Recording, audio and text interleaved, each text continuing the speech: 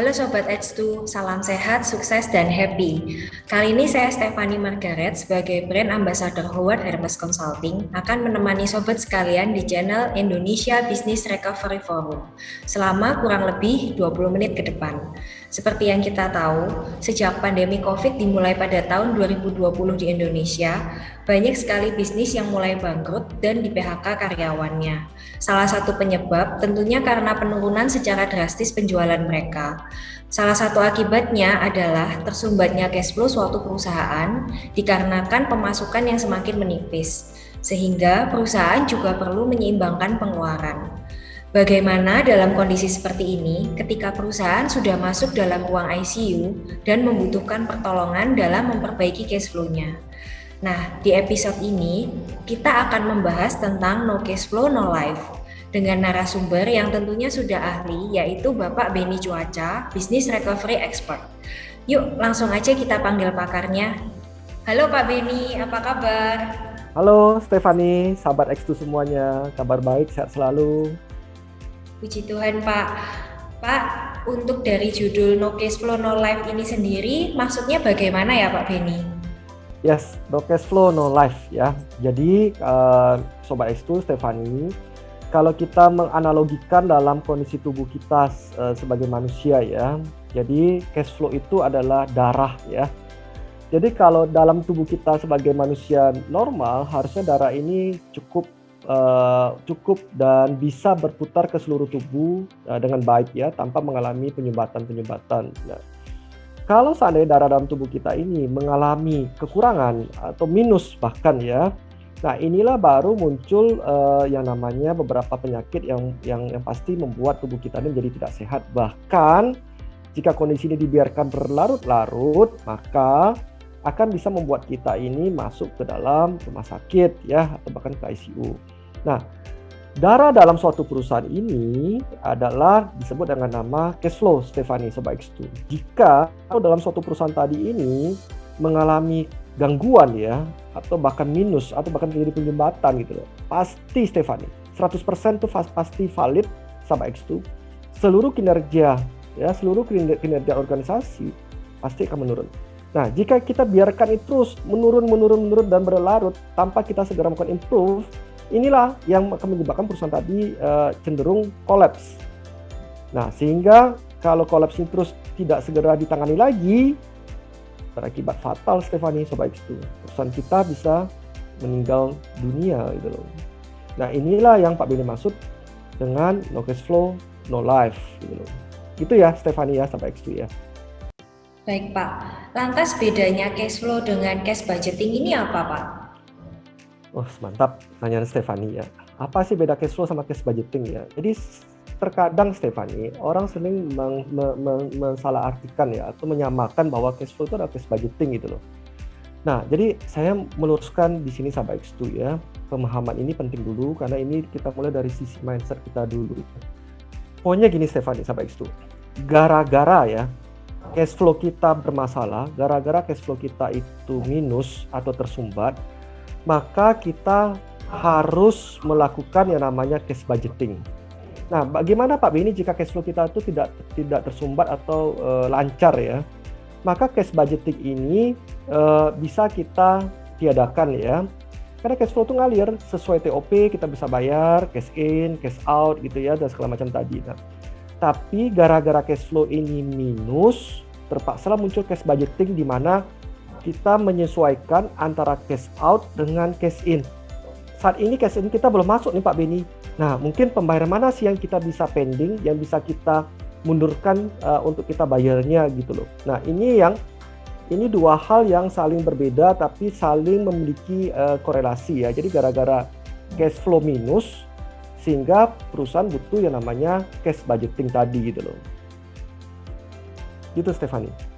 Pak, jadi kalau gitu kan berarti antara cash flow dengan cash budgeting ini merupakan dua hal yang berbeda. Nah, lalu bisa Bapak jelaskan mungkin untuk cash flow-nya sendiri itu framework-nya seperti apa? Oke, thank you Stefani ya. Jadi kita masuk sekarang mengenai framework daripada cash flow ya. Nah, inilah yang salah satu tools yang Pak Beni gunakan dalam melakukan recovery bisnis. Nah, saya harap Stephanie dan sahabat X2 bisa mencatat ini dengan baik ya, karena ini formula yang selalu Pak Beni gunakan dan sudah terbukti hasilnya gitu loh. Jadi framework daripada cash flow itu memiliki 3 pilar Stephanie, sahabat X2. Pilar pertama itu adalah EBITDA margin. EBITDA margin adalah pilar yang pertama ya. Yang kedua adalah, pilar kedua tadi adalah capital spending. Pilar ketiga adalah net working capital. Jadi ada 3 pilar inilah yang penyusun daripada cash flow. Nah, Stephanie, sahabat S2, jika cash flow kalian itu minus atau berdarah-darah, ya, cara mengimprove-nya kita harus lakukan improve terhadap 3 pilar tadi ini. Nah, Pak Beni, apakah 3 pilar tadi ini bisa kita gunakan untuk mereview apakah cash flow kita minus atau tidak? Jawabannya bisa, Stephanie. Oke, jadi 3 pilar tadi itu yang paling penting, saya ulangi sekali lagi ya, karena ini sangat penting ya. Ini yang selalu saya pakai untuk recovery bisnis ya. Pertama adalah EBITDA margin, yang kedua adalah capital spending, yang ketiga adalah net working capital. Ini 3 pilarnya, Stephanie. Oke, Pak, mungkin kan gini ya, namanya yang tadi Bapak sebutkan EBITDA margin, capital spending, net working capital, itu kan bahasa yang mungkin juga nggak semua orang pahami. Nah, bisa dijelaskan lebih dulu Pak, untuk pilar pertamanya yaitu EBITDA margin ini seperti apa? Yes, oke. EBITDA margin ini sebenarnya adalah total revenue atau total omset ya. Kita kurangkan dengan total cash cost. Jadi yang bersifat cost yang bersifat cash ya. Nah, itu menghasilkan EBITDA margin. Singkatan EBITDA margin ini sebenarnya Stephanie dan sahabat X2 itu adalah E itu earning. Earning before interest, tax, depresiasi, and amortisasi. Ya, jadi itu adalah revenue kurang total cash cost. Itu EBITDA margin, Stephanie. Demikian, Stephanie. Nah, lalu untuk yang kedua Pak, mengenai dengan capital spending. Nah, pengertian untuk capital spending sendiri itu apa Pak? Capital spending itu adalah aset beli, aset yang kita beli dikurangkan dengan aset yang kita jual. Jadi aset beli dikurangkan dengan aset jual. Aset itu apa? Aset itu adalah, ya kalau singkatnya seperti ini, kita beli gedung, kita beli mesin gitu ya, kita beli peralatan gitu ya, itu semacam aset ya. Gitu Stephanie, sahabat X2. Pak, bagaimana kalau misal untuk capital spending ini ternyata aset yang kita beli memang ada, tapi belum ada aset yang kita jual. Karena kan nggak semua perusahaan itu dalam 1 tahun, 2 tahun, bahkan mungkin 5 tahun pertamanya sudah ada aset yang dijual. Thank you Stephanie. Ini Stephanie pertanyaannya sangat bagus nih. Oke, aset beli. Salah nggak kita beli suatu aset? Jawabannya tidak salah jika kita sudah melakukan yang namanya perhitungan dan kalkulasi ya terhadap return dari aset tersebut. Jadi dalam membeli suatu aset itu, Stephanie, sahabat X2, adalah yang kita harus perhatikan itu pertama, apakah aset tadi itu berbau teknologi atau enggak ya? Kalau aset itu berbau teknologi, di mana setiap tahun itu terjadi perubahan-perubahan terhadap teknologi dari aset tersebut, maka Pak Beni menyarankan tidak usah beli, cukup sewa. Ya, hati-hati dengan aset berbau teknologi. Yang kedua, dari kata kunci aset ini, Stephanie, sahabat X2, yang terpenting itu adalah aset utilization. Apakah aset yang kita beli tadi itu terutilisasi secara full? Nah, kalau contoh kita beli aset, contoh lah ya, Pak Beni sekarang membeli trucking ya, suatu truk ya, beli truk. Nah, truk tadi ternyata dipakai cuma dalam 1 bulan cuma dipakai 3 kali. Nah, kalau 3 kali ngapain beli? Bagus kita sewa gitu loh. Jadi aset di sini ini kita harus memperhitungkan dia punya, satu adalah aset utilization, yang kedua kita harus memperhitungkan yang namanya aset turnover. Aset tadi kalau kita beli 1 miliar, bisa nggak menghasilkan revenue juga 1 miliar dalam 1 tahun buku gitu loh. Nah, tapi kalau kita beli 1 miliar, Stephanie, sahabat X2, ternyata cuma bisa menghasilkan revenue, misalnya cuma 100 juta, menurut Pak Beni lebih baik sewa ya. Ada lagi menarik saat ini. People itu sekarang dianggap sebagai suatu aset, Stephanie, sahabat X2. People itu adalah aset, makanya muncul istilahnya human capital. Human capital, capital itu sendiri adalah kita asumsikan sebagai aset. Nah, kalau people sekarang sebagai aset, maka people tadi kita harus bisa hitung return-nya berapa sih gitu loh. Nah, contoh konkret seperti ini Stephanie, Sobat X2 ya. Contoh ya, sekarang misalnya kita simulasi ya Stefani ya, supaya lebih konkret ya. Gimana sih Pak Beni cara menghitung return on human capital tadi yang dimana people adalah sebagai aset tadi gitu ya. Nah contoh sekarang Stefani sekarang asumsi gajinya adalah 100 juta. Nah gaji Pak Beni adalah 20 juta contoh di suatu perusahaan. Nah di sini yang Pak Beni tekankan people itu sebagai aset, seperti ini cara melihatnya Stefani sama X2. Kalau saat Stefani join di suatu perusahaan dengan gaji 100 juta ya, tapi laba rugi perusahaan tersebut pada saat Stefani join, ternyata marginnya itu bisa bertumbuh. Misalnya dari dengan Stefani tadi join 100 juta tadi, marginnya bisa bertumbuh, pertumbuhannya bisa jadi 200 juta. Nah, itu Stefani sudah disebut sebagai people sebagai aset. Nah, gimana dengan Pak Beni yang tadi gaji 20 juta join di suatu perusahaan tadi, ternyata ya Pak Beni join di satu perusahaan dengan gaji 20 juta, ternyata marginnya pada saat Pak Beni join di bulan pertama tadi, bulan kedua atau bulan ketiga tadi, marginnya tadi itu ternyata mengalami penurunan sebesar 5 juta atau 10 juta. Nah, Pak Beni dikatakan sebagai expense, bukan sebagai aset. Nah, inilah salah satu konsep terobosan return on human capital. Kurang lebih seperti itu ya Stefani ya. Oke Pak, berarti juga ya boleh dibilang kalau yang namanya human ini juga merupakan modal bagi suatu perusahaan, nggak hanya mulai dari aset aja ya Pak ya. Good. Oke, lalu tadi Pak, untuk yang pilar yang ketiga adalah net working capital. Nah, bisa dijelaskan Pak untuk net working capital ini sendiri seperti apa? Yes, thank you Stefani sampai X2 ya. Net working capital atau modal kerja bersih ya, itu dalam ya, kalau kita mentranslate ya menjadi bahasa Indonesia ya. Tapi secara formula, net working capital tadi itu merupakan current asset minus current liabilities. Bahasa Indonesianya adalah aset lancar dikurangkan dengan utang lancar. Nah, aset lancar itu apa sih Pak Beni? Dijabarkan lah ya.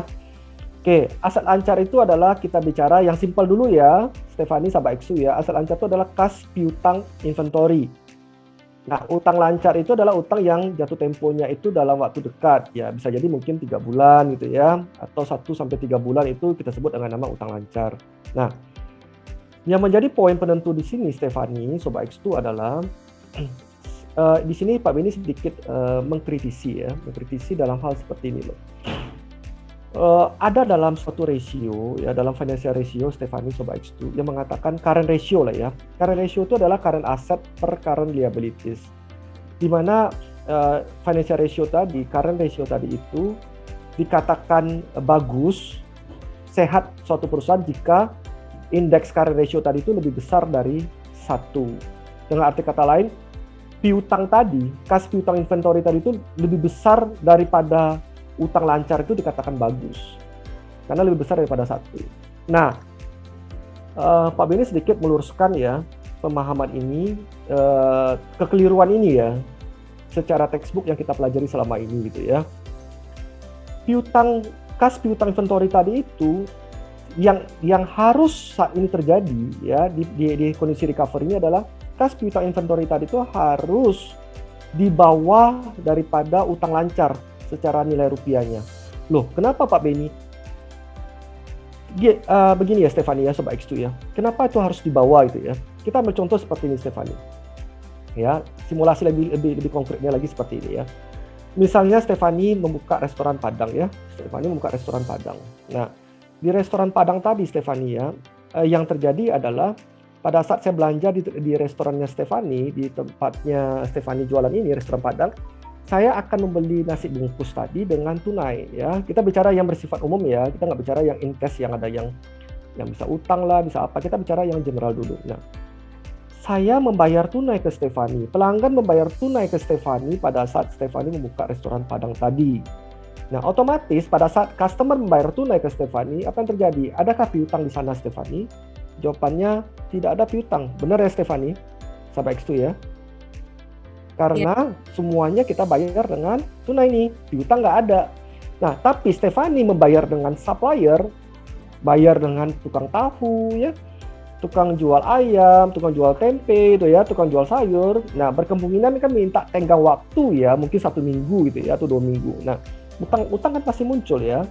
Nah, di sini yang saya tekankan tadi, dalam mindset business recovery, piutang dan inventory dan kas tadi itu harus cenderung kita buat lebih bisa menjadi liquid ya, lebih bisa menjadi liquid. Nah, pertanyaan akan muncul seperti ini Stefani, sahabat X2. Itu kan kalau restoran Padang, Pak. Kalau bukan restoran Padang, di mana ada TOP, Pak. Di mana harus ada jatuh tempo pembayaran misalnya seperti itu, Pak. Caranya gimana? Poin kritikal di sini yang Pak Beni sering gunakan, Stefani, sahabat X2 adalah improve lead time process. Improve lead time process tadi. Nah, contohnya seperti apa Pak Beni konkretnya improve lead time process tadi ya, kalau misalnya sisi piutang. Simple, sangat sederhana Stefani. Pada saat perusahaan kita sudah melakukan delivery, services kita punya jasa kita tadi, ya, dan kita punya produk tadi, harusnya di detik yang bersamaan tadi kita bisa mensubmit invoicing kita. Nah, kenyataannya kita boleh sama-sama cek apakah memang benar ya pada saat kita sudah mendeliver services kita, produk kita tadi, apakah detik itu kita juga mengirimkan invoicing? Atau kita butuh waktu untuk beberapa hari kemudian ya, menunggu berita acara itu dulu masuk, diproses lagi di invoicing 2 minggu, 3 minggu, baru kita tagih. Nah 2 minggu, 3 minggu tadi itu Stefani, atau 1 bulan bahkan ya, itu uangnya dari mana? Itu kita harus memperhitungkan cost of money loh. Karena pada saat kita menunggu tadi itu, modal kerja kita tuh sudah tersedot. Nah, ini yang kita harus punya mindset adalah lead time process itu harus diimprove ya. Nah, Pak Beni bagaimana dengan TOP yang 30 hari, 45 hari, atau 60 hari, 90 hari tersebut Pak Beni? Sama Stefani, Sobat X2. Kita bisa menggunakan salah satu fasilitas yaitu adalah supply chain finance. Supply chain finance tadi itu adalah kita, dalam tanda kutip ya, simpelnya itulah kita menggadai invoicing ke bank, sehingga bank bisa mengucurkan dana terlebih dahulu kasih ke kita, dengan konsekuensi pasti ada yang namanya cost of money tadi ya. Tapi cost of money tadi atau bunga tadi itu cenderung lebih murah dibandingkan dengan bunganya modal kerja. Nah, mindset ini yang kita harus punya Stefani, Sobat X2. Sehingga perusahaan-perusahaan kita yang cenderung mengalami suatu proses collapse tadi itu bisa terrecovery dengan baik gitu ya. Gitu Stefani ya, Sobat X2 ya. Baik Pak, terima kasih karena waktunya kita juga cukup singkat, mungkin kita bisa bahas lagi nanti di episode selanjutnya ya Pak. Yes, siap. Nah, mungkin dari pembahasan kita kali ini saya akan memberikan beberapa kesimpulan. Nah, dengan keadaan di pandemi COVID seperti ini, tentunya kita membutuhkan perusahaan yang sehat dari sisi cash flow-nya. Nah, apa saja sih tadi yang Pak Beni infokan untuk kita bisa mengatur cash flow? Yang pertama tentu kita mulai menghitung nih pendapatan kita sebelum bunga, pajak dengan depresiasi itu bagaimana? Apakah sudah minus? Kalau sudah dari situ aja minus, berarti kita harus mulai koreksi pada perusahaan supaya biaya-biaya yang mungkin membuat minus pada nilai pendapatan tersebut bisa kita perbaiki. Lalu yang kedua, bijaksana dalam mengatur modal. Nah, contohnya apa tadi? Yaitu dengan membeli atau menyewa aset. Nah, juga modal seperti yang tadi Pak Beni bilang, itu modal kita, modal perusahaan itu tidak hanya aset saja, bukan hanya uang saja, tapi juga karyawan. Gitu. Lalu untuk yang ketiga, yang dinamakan dengan net working capital, sehingga kita juga harus mengukur jangan sampai kewajiban lancar kita lebih besar dibandingkan dengan aset lancar. Maka kita juga harus bijaksana dalam mengatur inventory kita, dalam mengatur piutang kita yang juga kita berikan kepada customer. Jangan sampai umur perputaran dari piutang maupun inventory itu menjadi lebih besar dibandingkan dengan hutangnya kita ke bank atau mungkin hutangnya kita ke supplier. Nah, terakhir saya ingin bikin pantun, walau hujan turun basah, langit mendung kini merah, walau hidup masih susah, bekerja terus pantang menyerah. Salam sehat, sukses, dan happy. Sampai jumpa di episode berikutnya.